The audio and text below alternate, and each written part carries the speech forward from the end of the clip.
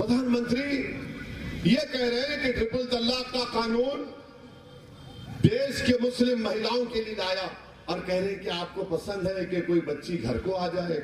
प्रधानमंत्री जी, आपका मुस्लिम महिलाओं से ये मोहब्बत का दावा फरेब है, झूठ है।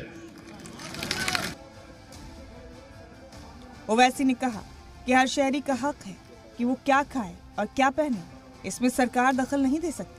आपको मोहब्बत अगर होती तो आप पार्लियामेंट में अपनी 2 स्पीच हुई राज्यसभा लोकसभा में, आप जो कर्नाटका में बीजेपी की सरकार है, आप उन बच्चियों के बारे में कहती कि बेटियों पढ़ो, चाहे निकाब पहनो या हिजाब पहनो, मगर तुम पढ़ो, पढ़कर काबिल बनो, देश का नाम रोशन करो। मगर प्रधानमंत्री बोलते मैं ट्रिपल तलाक का कानून लाया।